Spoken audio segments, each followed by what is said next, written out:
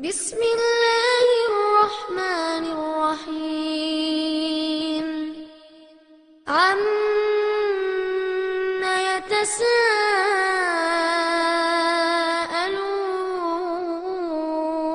يتساءلون عن النبأ العظيم الذي هم فيه مختلفون كلا سيعلمون ثم كلا سيعلمون ألم نجعل الأرض مهادا والجبال أوتادا وخلقناكم أزواجا وجعلنا نومكم سباتا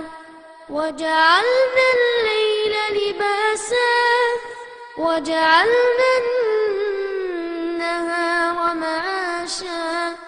وبنينا فوقكم سبعا شدادا وجعلنا سراجا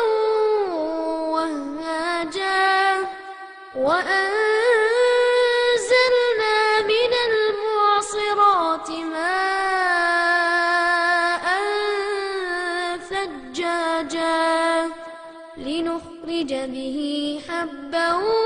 ونباتا وجنات ألفافا إن يوم الفصل كان ميقاتا يوم ينفخ في الصور فتأتون أفواجا وفتحت السماء فكانت أبوابا وسيرت الجبال فكانت سرابا إن جهنم كانت مرصادا للطاغين مآبا لابثين فيها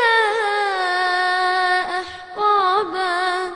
لا يذوقون فيها بردا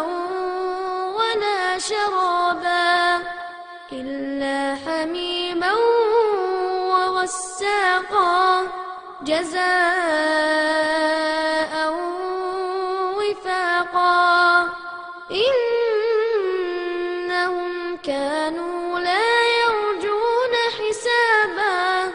وكذبوا بآياتنا كذابا